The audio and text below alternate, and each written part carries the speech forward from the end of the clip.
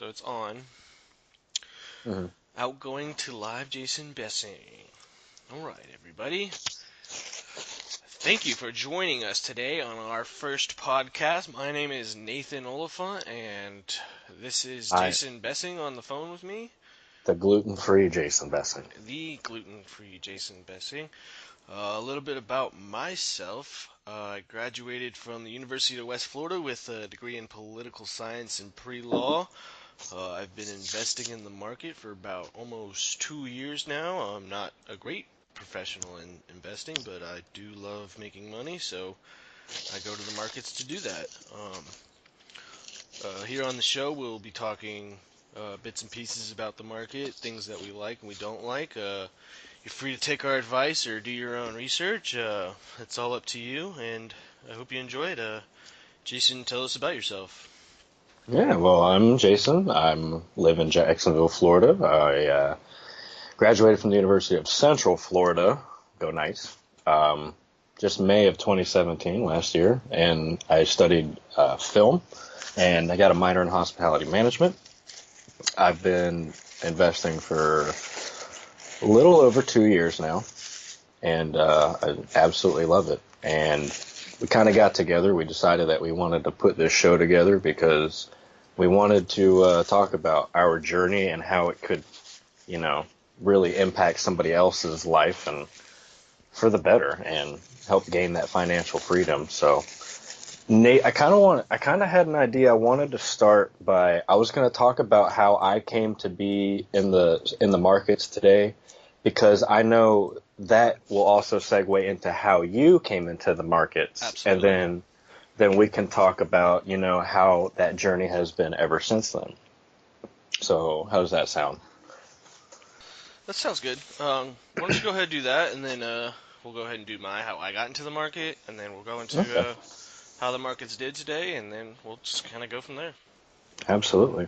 So, yeah, also before we get started, we're going to try and push these out once, maybe twice a week if we're feeling feisty about it. We aim to do kind of a review of the week, kind of what happened, what we're looking at next week, what's going on, and we're going to have some fun and, just we're going to talk money. That's what this podcast is about.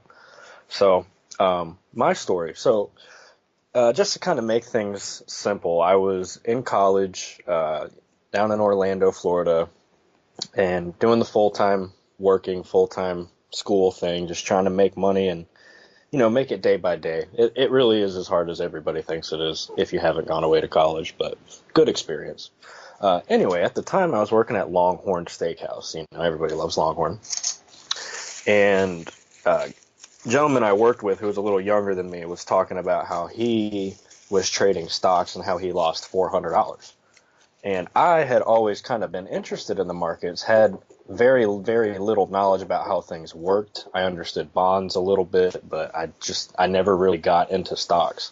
I was interested in it back when I was like 18, and as soon as I went to an E-Trade account, I saw all the numbers and I said no. So I didn't even open an account. I just saw the homepage and I ran. So yeah, he was telling me about how he was trading in the markets and how he lost about $400 on a single trade one time. And of course, being the gambling addict that I am, I was like, oh yeah, I've always wanted to get into stocks. And he told me about this app. Sure you've heard of it. It's called Robinhood. We'll delve into that more later. But it's called Robinhood, and he told me to download it and that it was free stock trading and there was no account minimums, and it was basically catered to the millennial, the hardworking person who puts away $20, $30 a week, not much cash. So I was instantly piqued my interest, and it was something I got quickly excited about because I was looking for ways to save money and kind of grow my money, and I just never thought to look at stocks, the most obvious way to grow your money. So I went home and I remember I downloaded the app and I instantly got approved. And just to play and see how it all worked, I put in $5 and I Googled stocks under $5. Probably the worst thing you could ever do. The worst thing you could ever do. A, turn to Google for stock advice, or B, try to Google stocks under $1. So I found this one. I don't even think it's listed anymore. It was a blood clot research company out of Ireland. I don't know. It was like $1.07 a share. And I remember I wanted to jump in and like the second I got home, put the money in, and then I quickly learned that the markets are only open certain hours. So, um, started to play with Robinhood a little bit, lost money at first, and then, as I was like, oh, okay, I kind of get it. I'm losing money, but I kind of get it. I started to kind of just pour money in, and I'm talking, hundreds at a time. And it was going good for a while. The first few weeks, I just was going in and I would buy a stock. I was like, I like Microsoft. It's a good company. I'd buy it and it'd go up 2% and I'd just sell it and wouldn't think anything of it. I was like, oh, this is just easy. And then I got my ass handed to me one time. It was Smith and Wesson. I had, I think, just 10 shares. Remember, I didn't have much money. So at the time, it was $29 a share. So I had almost $300 in there. 29 dollars 10 shares, $290. And I was like, gun stocks, yeah, they're the best. Yeah, they're going to be around forever. That's what America's built on. I'm going on gun stocks. They're going to make me rich. I was drinking that Kool-Aid. Well, 3 days into it, overnight, some judge out of Massachusetts or Connecticut or whatever ruled that the students of the parents of the students from the Newtown Elementary School shooting were allowed to sue gun manufacturers for whatever reason. So the next day, the stock opened at, instead of $29, it opened at $20. So I quickly lost $90 just while I was sleeping. And I did the worst thing you could do in that scenario, which is sell out and run. But at that time, I decided to, kind of get an education. And so I kind of pulled my money away and I kind of like looked back at everything. I was like, all right, let me see how everything's working and like what all these numbers and these like ratios and stuff actually truly mean. And I found my resources, YouTube, podcasts, books, just anything I could get my hands on. And I started to learn. And as I gained that education, I just started to realize, like, man, this is so easy. Like, why aren't people doing this? Like, why isn't the average everyday American doing this, buying shares of these huge companies, Walmart, Hasbro, Ford, Apple? Why people can go own this? What are they doing? They can make money. And ever since then, I felt that way. And ever since I've got that education, I've been profitable. I've had constant cash flow. I've had constant gains. I have losing trades. Absolutely. Everybody does. Warren Buffett, world's best investor, absolutely has losing trades. So I'm not the best in the world, IBM. but yeah, exactly. Yeah. He just lost, what was it? Like 60 billion, some So he's humongous, insanely he said ungodly amount. he said it was a bad idea. He failed on calling IBM. Yeah. He lost it was billions of dollars. And I think he's still in it just a little bit because he's trying to get out. But anyway, ever since I've got that education, I've had consistent gains, and I've always had the desire to kind of help people and, kind of spread my knowledge. So that was kind of how I got into the markets. I've fell in love ever since then, and I continue to learn every single day something new, something exciting, what's going on, because it changes on you. And, you know, today is going to be much different from next week, and next week's going to be different from 2 years, and it's a constant evolution, and it's a growing organism. So you gotta love it. So that's my story. So where did you come into this game? Yeah, so I actually have like an exact date on mine. I just because in my Robinhood app, it was July 12th. I was working at an auditing firm in Jacksonville, and I've heard Jason talk about the stock market before, and he's always telling me to get in. And I've always looked into like E-Trade and all these other TD Ameritrades, and they have account minimums. And at the time, I wasn't willing to front that. And then he told me about Robinhood, and it didn't have an account minimum. And on July 13th, I opened my account, and the first stock that I bought was Ford. And I remember texting Jason when Ford goes down. I was like, "Why did he told me to buy Ford? Because I mean, it's a good starter stock. If you're gonna be honest, it's under $15 right now. Oh yeah, And if you just want to it's like dip your toes in, it's a good stock. It pays dividends, and it's Ford. I mean, Ford sells cars. They do well. yeah, Um, and then I remember 2 days. The first day it was going up about 20 cents. First couple days was going up like 20 cents, and on like the third day it started to drop. And I remember texting Jason, why the fuck did you let me buy this? It's going down. You're making me lose money. And I had like no understanding about like market movements and you Hold on, know let me ask a question real quick. How long between did you buy the stocks and then was the freak out? Was it like a couple hours? Was it like minutes? Was it days? Dude, it started going up the first like when I first bought it, it didn't go down. I think it was like the day after I bought it, it started going down, and I was like freaking out. I was like, this is a bad idea. I should have never done this. And I mean, ever since then, I've just I've really just turned to Jason for any kind of like market information, and I like to read, so I read any kind of information I can. I mean, Investopedia is a great resource for me. Those videos on Investopedia, definitely YouTube and definitely a podcast. I know Jason's turned me on to a bunch of great podcasts there, and yeah, that's about it. Ever since then, I feel like I've done. What am I up? I'm up 31% overall, so that's pretty good in Yeah. 2 years. Ever since you got that education, you know. Yeah, And it was a growing experience together, and that was another thing that made it kind of fun. We learned we had some harsh realities real quick. We also got lucky together. Giggity. yeah. So, yeah, it's definitely been a fun journey, and it was truly amazing. What really was amazing for me is it was an eye-opening experience because before I knew any of this, I didn't know a thing about Wall Street. I didn't know about stocks, banks, any Exactly. of that. You're oblivious to it. It's like a closed, what they call it, iron curtain. Like you pay no attention to the men behind the curtain. And when you get into this world and you see what's actually going on, and the fact that there's literally trillions of dollars floating around your head every single day and you don't even realize it, that was It's mind truly the blowing. experience. It's mind blowing. The amount of money that's out there, you don't understand, and how much of it is being pumped into the system and what it's doing. It's mind blowing. And Finance the is American, insane. it's it's completely and utterly the definition of insane. And it does things to people. It creates fortune, it creates poverty. It's a very fickle bitch. And we've seen that throughout history. And we've seen the movies, you've heard the stories of buying the penny stocks, and we've all watched Wolf of Wall Street, and that's not exactly what it's all like. It's not as exciting as all that. But if you can find an interest and have that passion to kind of grow your money, it's truly incredible how simple it really is, and they've manufactured these tools and instruments for you to Hang invest on, in. hang on. Okay, go ahead. They've created these instruments and devices that you can invest in that like just about guarantee returns in any way, shape, and form.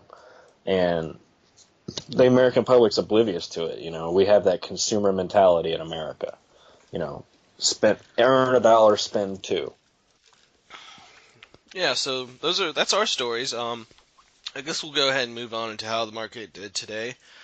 I'm just getting this information simply from any kind of Google, to be honest. This is just data finding right here. S&P 500 is down 0.64%, down 17 points. The Dow Jones 30 is down 171 points, down 6.68%. The Nasdaq is down 77 points, down a whole percent. Holy moly.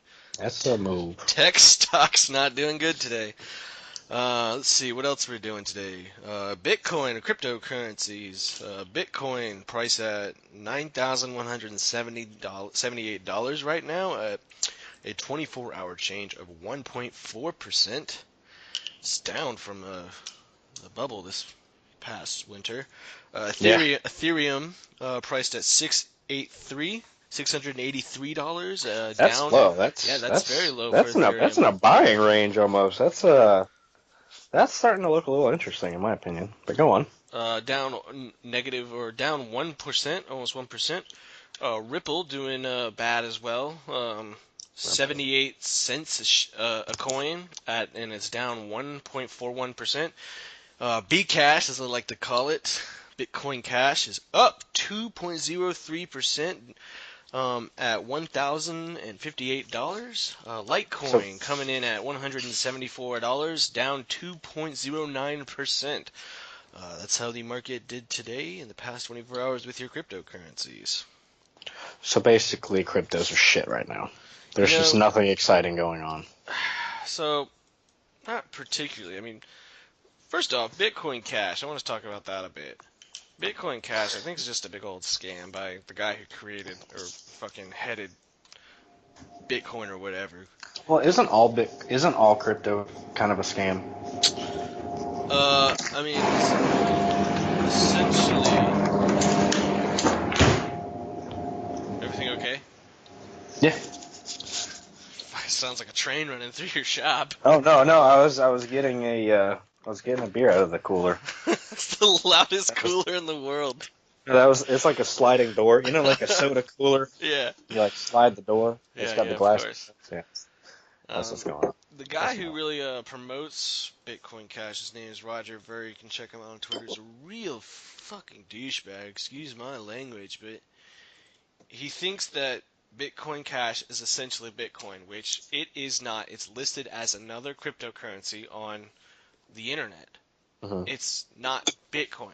It's Bitcoin Cash. It is completely separate because it's a different symbol. It's everything. It's a different price. It's traded differently. You Well, can it's go onto any coin exchange and you can clearly see that BCH Bitcoin Cash is different from BTC Bitcoin. and there's tons of I'm sure I don't know the whole fundamentals behind Bitcoin Cash and what the real difference is. I know it has a bigger block size in the blockchain, which makes it essentially faster. Um, but fundamentals aside, you're not going to control where the hype is around cryptocurrencies. When you think of cryptocurrencies, the first thing people think of is, oh, Bitcoin. And it's a weird, fear, what is it, FUD? What is that? Fear, FOMO, fear of missing out. no, no, no, no, FUD. It's a fear, uncertainty, and doubt in the cryptocurrency sphere. And a lot of people don't want to screw around with a lot of uneducated investors don't want to screw around with all these altcoins, and so they'll go to the big Titan, Bitcoin. Because that's what we know. Yeah, and We know Bitcoin. We don't know exactly what Ethereum or Litecoin really is. and that's going to move When the we hear market. cryptos, yeah, absolutely. So that's my really thing. I don't like Bitcoin Cash. Um, just I don't know. It's the guy It's that heads it just up's a real douchebag. He compared, okay, so in one of his interviews he was getting upset because someone was calling it Bcash. He said, "Stop calling it Bcash. It's essentially like using the N word for black people." And I was like, "You just compared cryptocurrencies to the belittling of the black race." to the bad word. Yeah, Yeah. I was like, "You can't just do that." I mean, that alone No. just kind of pisses me off about the whole currency. But Some people do that. They try to they can throw racism and sexism in your face in order to, try to defend their point when it's completely irrelevant fact. But that's a completely different discussion for a completely different podcast. yeah, of course. We'll leave politics out for now. Yeah, so But market news today. Rex Tillerson is out of Secretary of State. yes, this is, by the way, I don't know if we mentioned this. We're recording this on Tuesday, March 13th, 2018. It's our first episode. Start on a 13. I like it. Lucky. But yes, as of today, yeah, I woke up or I didn't wake up to it. I was actually at work early this morning and got that notification that Rex Tillerson quit. No, he I didn't guess quit. Trump He was fired. Trump fired him. think. CNBC, the fake news told me that he quit CNBC. because he was mad at Trump. Let me So, see. but Trump's yeah, Twitter. that is a market mover because that can cause uncertainty about the foreign region. Right now, if we don't have an acting Secretary of State, we have proper protocol to follow procedure, but the person that's going to fill that position next is going to cause some sort of move in the market, whether Director it's of the the CIA. U.S. dollar. No, see, I don't know how I feel about that. Personally, I didn't like the fact that the ExxonMobil CEO Yeah, I was was just about to bring that Secretary up. of State. You don't put an oil mogul in charge of the free world. I mean, he was a pretty good diplomat. I mean, okay, this is From markets what I saw, aside. He was a good markets diplomat, aside. especially with North Korea. He definitely kind of eased or settled the flames a little bit between the tensions between us and North Korea. He really Able to stuck to maintain stability. diplomacy there, so I like that about Rex. But He given seemed he Exxon, seemed dialed back, more dialed back than I had expected. I expected him to be a little more aggressive. Exxon. Let's take a look on Exxon. EXXON.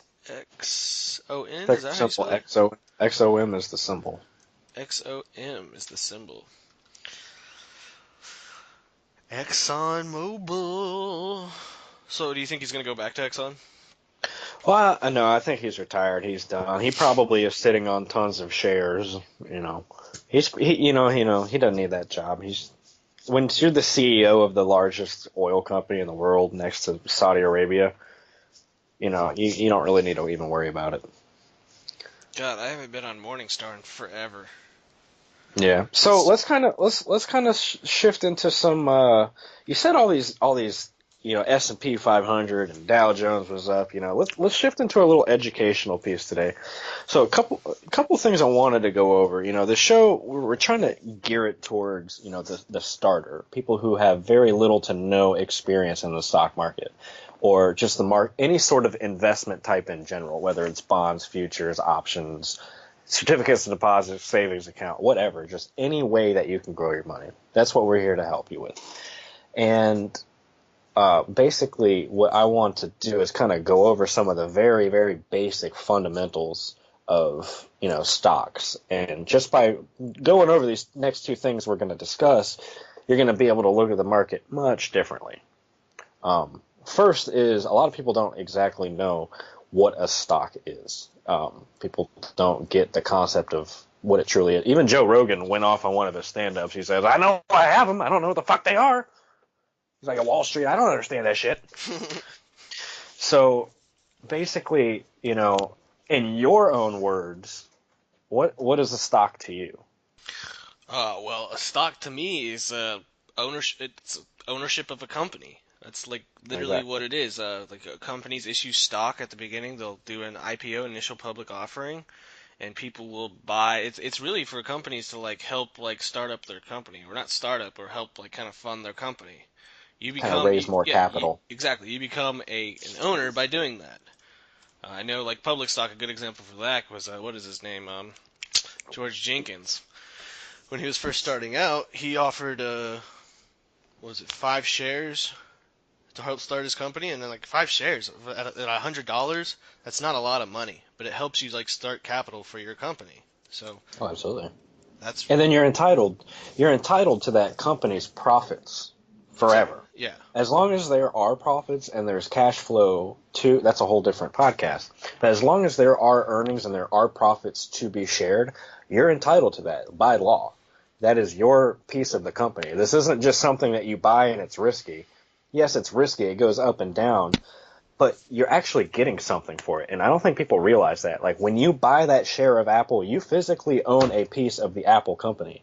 If that company closes its doors tomorrow and completely goes bankrupt, you are entitled to some of the money and you will be reimbursed for it. Granted, that's not always the case because some companies lose all their money and go bankrupt and you're left with nothing. Some companies go private. That's all different stuff. But the point is, when you own that stock, you actually do own something. You have something physical. And I don't think the American public completely understands that. They think it's this fugazi, wazi, woozy it's an fairy asset. dust thing. It's an asset. It's exactly what it is. It's an asset. There used to be a time when a stock was handed to you on a certificate and you owned physical paper copies that showed you this was your share, and they'll mail you your checks every quarter. But now it's all done digitally, through online brokers. And thank God it's that way, because could you imagine like having to mail in your stocks and take them? That'd just be such a pain in the ass. Day trading would suck. That's a good Christmas gift. Is a paper certificate of a stock right now.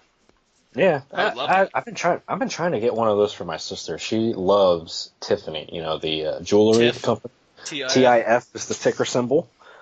great company. And yeah, so I really want to get her a stock certificate with her name on it, but I got to put a stock into her account, and it's a pain in the ass. And you got to contact the company because a stock certificate is not something that actually exists anymore. So it's technically I don't know. It's just like a I piece don't of paper at that point. Yeah, it's just a piece of paper, but it's got her name on it, and it says that she owns a piece of the Yeah. company, and I guess that's the symbolism behind it. Yeah, And what I and want is like an old like stock certificate from like Enron or like a failed company or something, or like yeah, Lehman Brothers or something. That'd be fucking dope. yeah, That'd be so cool. failed, bankrupt, corrupt ass company. I don't know. I think like an original share of like Coca-Cola would be dope Like too. an old share. Like an old share of Disney or Ford from like the 1920s. I bet you they have them. I guarantee. Yeah, dude, I guarantee you. We're gonna look into that. We're gonna get you. We're gonna get an answer on the next podcast. We're gonna look that up. All right, I'm gonna write that down. Look up antique stock certificates. So yes, S&P So yeah, 500. to kind of wrap up that last part. I just to you know, you're owning a physical piece of the company, and you need to understand that. And granted, it's not a lot of the company. Most of these companies are broken into millions, if not billions, of pieces. Yeah. So just because you own one share does not mean that you own the company. You own literally a billionth of the company, and you have almost no say in what's going on. Yeah, at that point you're just using it as an investment vehicle and not a per se ownership of a Exactly. company. You own 100 shares of Ford. You don't own Ford. You are nothing. But you have Ford. You own pieces of it, and you're going to get the profits from it. Yep. So basically, that's what a stock is. You know what's great about stocks is I mean, when we talk about retirements, basically what your retirement is the stock market, but your retirement account is illiquid. You can't take it out unless you have penalties.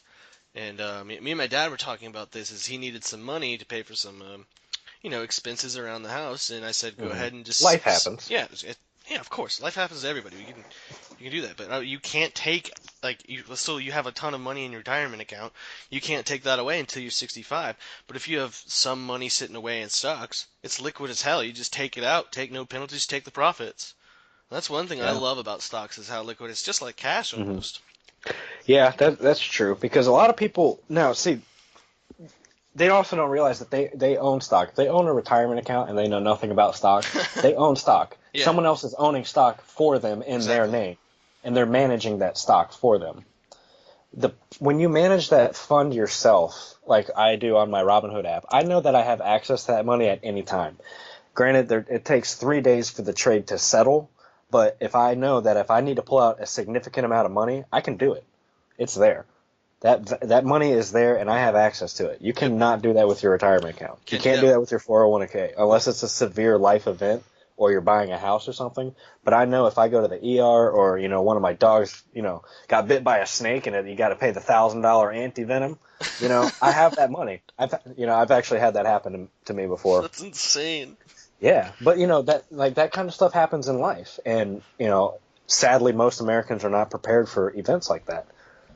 So another thing that people don't realize, when you put your money away, that money's there. You have access to it. It's your money. If you Yep. want it now, J.G. Wentworth, you get it now. Stocks, baby. Get in while you can. So stocks are a beautiful thing, but so earlier, when you were kind of going over what happened today in the markets, you said all these S&P 500 and Dow Jones and the Yes, Nasdaq. I did. Briefly kind of explain, start with the S&P 500 and the Dow Jones. Can you kind of, like, if I'm a new investor, can you explain to me what those are? Because I see them on CNN and I see them on Fox News and I see, Nasdaq up and S&P 500 and DGIA. What does it all mean? Like, Of what does it mean when course. that arrow points up and down? And Yeah, so the S&P 500 stands for the Standard & Poor's 500. Obviously, we usually say S&P. Some people say S&P 500, whatever. It's a stock market the index SPY. based on the. This is from Wikipedia. You can look it up. Based on the market capitalization of 500 large companies. Now, Wikipedia is showing that there's 505, so technically it's the S&P 505 right now. But it's just the S&P 500, and what that does is it tracks the market I think they keep. capitalization. I think they keep runners up. Yeah, I think yeah, that's what that's. yeah. It's the 500 most valuable companies in the United States listed on the New York Stock Exchange and the Nasdaq. The Dow Jones 30 is the 30 most valuable companies listed on the U.S. markets. Hmm. What those do is really tell. Honestly, those are basically when you put money into your retirement accounts. Those are really what you need to look out for, or what's moving your retirement is those indexes: the S&P 500 and the Dow Jones 30. The Those Nasdaq. are what dictate how long you need to be a slave to the corporate system. Yeah. You need to watch those. Those numbers mean everything, and you don't even realize it. The Nasdaq, if I'm not mistaken, tracks a lot of technology stocks, like Apple's listed on there as well, right? Mhm. Yeah, technology and healthcare are the primary dominators for NASDAQ. Um, Real quick, the NASDAQ and the New York Stock Exchange, they're two different types of stock exchange. Yep. The ones that you see in the movies where they're yelling and everything's exciting and they're screaming at each other and they're yelling numbers and stuff, that's the New York Stock Exchange. That's where a physical human trades stock with another physical human. Granted, it's all done through computer. Yeah, it's kind of But the terms are kind of agreed upon between brokers on a trading floor, and they're moving tens of thousands of shares at a time. They're not just moving, hey, let me buy a couple one $4. share. They're Yeah. moving millions every time they scream something. So, it's definitely a wild ride. The NASDAQ is the same thing, except it's all computers. Everything is going through computers. There's no trading floor. Now, there's advantages to both ones. There's human error, there's computer error. Either one can happen. But there's also the safety of each. All trades being executed by computer. There's no human error being by humans. There's no computer error or crashes of the system or anything. So basically, when you go to trade a stock, you never need to worry if it's New York Stock Exchange or if it's NASDAQ. If it's on either stock exchange, it's no problem. It's not something you need to know, but it's a concept that you kind of want to understand. In the Now, 61 years of the S&P's running, it's gone up 2,765 points. so that basically means, so that's if the day they say, hey, today the S&P 500 starts, we're going to take the 500 largest companies in the United States and we're going to put them into a basket of 500 and we're going to call it the market. So if you had bought the entire 500 stocks on that day and you had bought it today, every dollar returns to 2,000. Jesus. Insane. And that number is kept. I think the Dow Jones is somewhere near the 2,050 or 25,500. 25,000, yeah. But the Nasdaq the S&P is near what, like 2,600 something. So the S&P 500 right now is at 2765. I'm sorry, 2,765. I have a bad habit doing that. The Dow Jones is just above 25,000. And then last but not least, okay, so you have your S&P 500, your Dow 30, and then you have your Nasdaq 100. Now the Nasdaq 100, now that you understand the difference between the stock exchange and the Nasdaq 100 is the 100 largest companies traded solely on the Nasdaq stock exchange. Of course, the number one biggest one is Apple. But then below that, you have your Microsofts and your Intels, IBMs, all your humongous technology companies out there that are American and publicly traded. So NASDAQ is typically more growth oriented because it's predominantly healthcare and technology names, so they go for growth. The New York Stock Exchange is mostly well-established large companies. So depending on your flavor and your taste and what you're going for, do you want the exciting tech? Do you want the boring old automobile industries? Do you want, Coca-Cola and Pepsi? Do you want packaged foods? Depending on what your taste is, you have different flavors of the market here. Personally, my favorite of those three indexes, call them indexes, is the Dow Jones. The Dow fucking Jones. I love the Dow Jones. It's, they're the biggest 30 companies. You got, who's in there? American Express, Pepsi, Boeing, Apple, Visa, just these humongous companies. And I prefer the Dow Jones average over the S&P 500. What about you? If you're moving $1 million into an index, which one is it going into?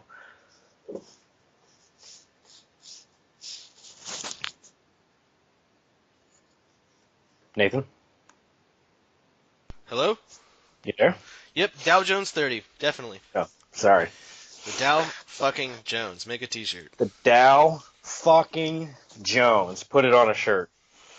If I could just So, dump money into a shirt right now, into a into a into shirt. into a stock right now, it would I'll definitely open be my shirt. You can pour money in there, bud.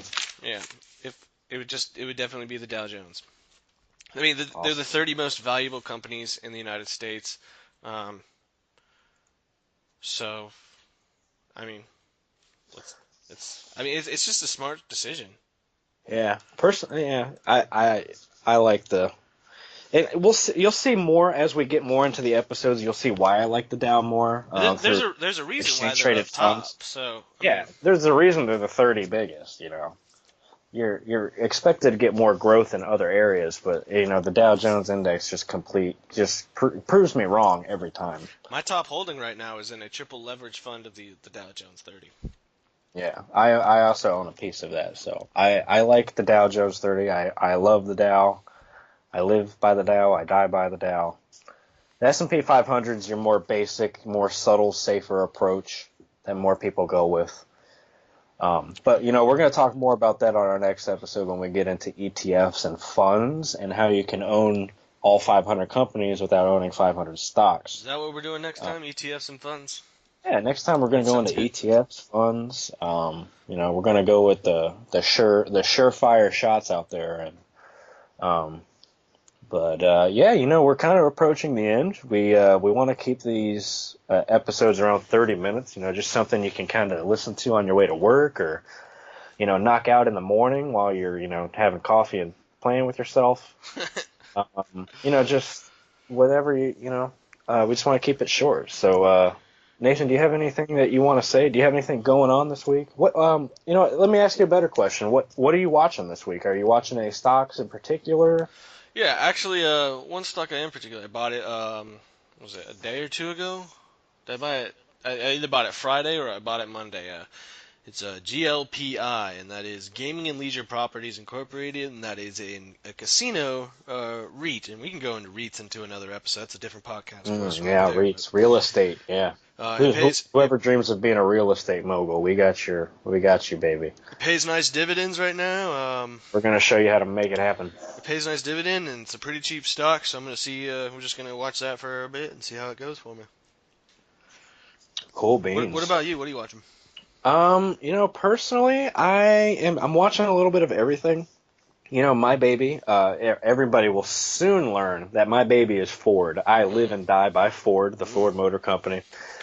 She's my biggest holding, and I'm watching her. But personally, I'm kind of just watching the overall market right now. Sounds good. We're already in a phase of volatility. We're having some price swings up and down. We're having good up days and we're having good down days. So it's really hard to say like what's going on.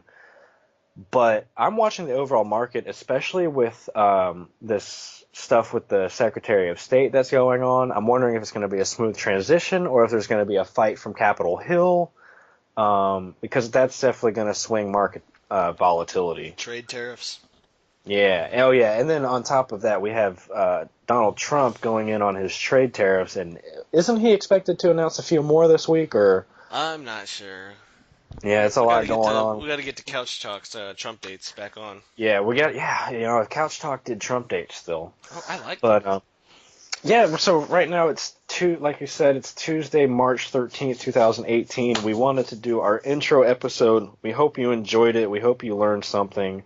We're gonna record another one, sometime this weekend between Friday and Sunday. Try to put it out Sunday night with both of these episodes. I had a great time. Nathan, is there Yeah. anything you want to say?